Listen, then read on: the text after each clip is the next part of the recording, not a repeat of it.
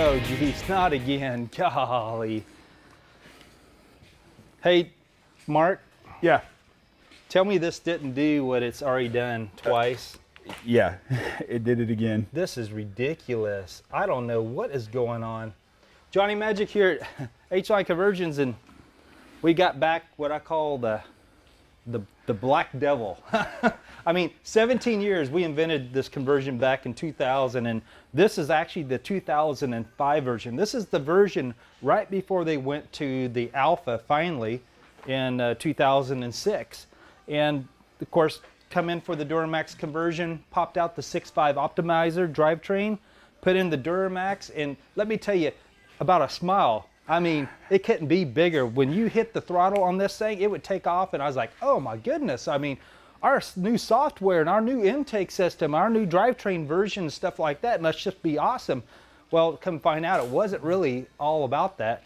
These things come with 308 gearing in them, so it's really low geared. So that was the big smile on my face, and I found that out at 65, 70 miles an hour because I looked over at the TAC, and it's like, did Mark hook up the TCC, you know, or not, you know? But you know, with that gearing, I mean, it runs at a higher RPM. So, long story short, build it, send it to the customer in Texas. 50 miles down the road, he calls me. He's like, it was running great, and I got the stop sign, and the transmission's like stuck in a weird gear. So we had to have it towed all the way back, brought it back in here. Sure enough, transmission was fried, and I have no idea why the transmission would be fried. I mean, I've never had any kind of major complication with our drivetrain conversions yet. You know, even though these are all used components, you know, they still, you know, the engine, transmission, transfer case has always been great.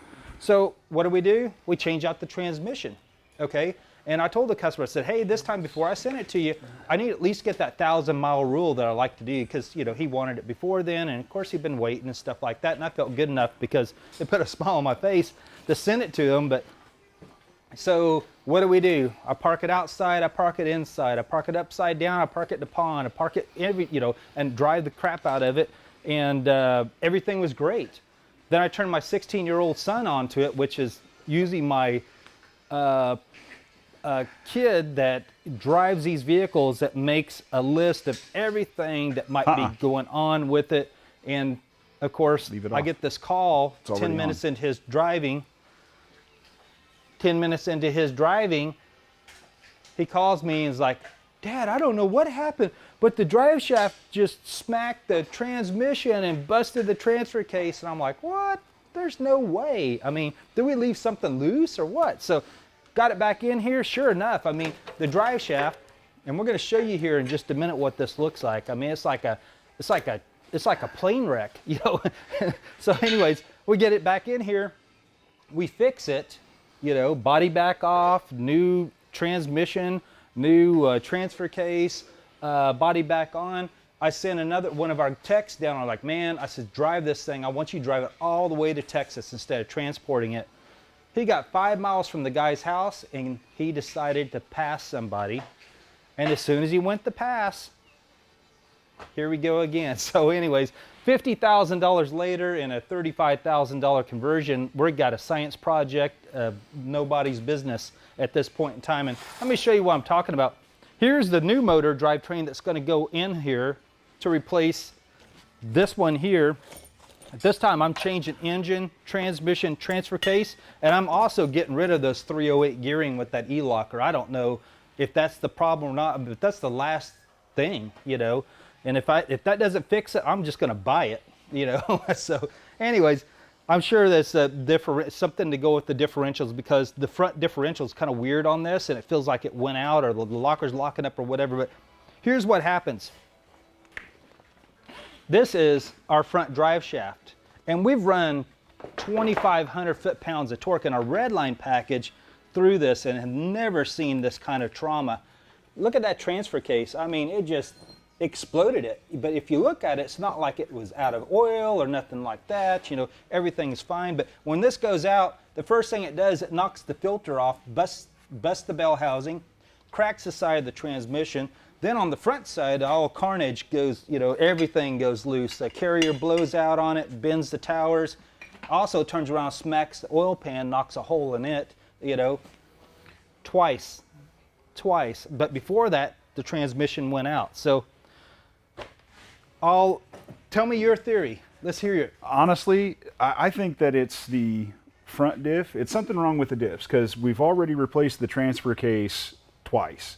And one transfer case being bad, locking up and causing damage, understandable.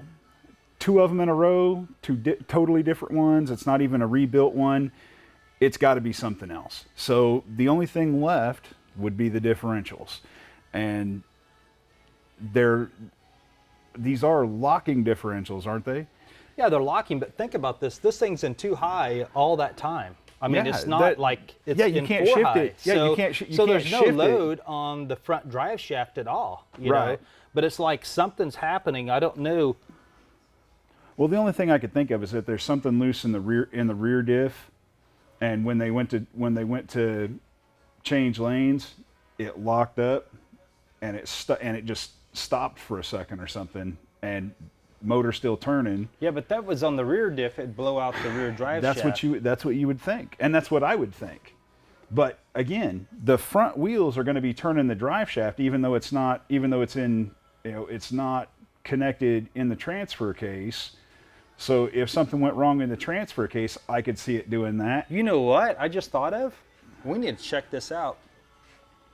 On the Hummers, the front differential, it turns a different direction than the rear, which is indicative of our, yeah, but still that wouldn't work even unless that locker's locking up. I'm wondering if for 05 they have a different differential to where it turns a different, it's a different clocking on it. I have to when we pull those out, we're going to get to the bottom of this. There's something going on that's catastrophic, and of course it's been fun because it runs. I mean, it's it runs like great a when it's dog. going. I mean, this thing would just like right off the line, just leave rubber as far as you want. But anyways, we're going to step it up to 256 or 273 differentials, which is our normal industry standard for the Humvees.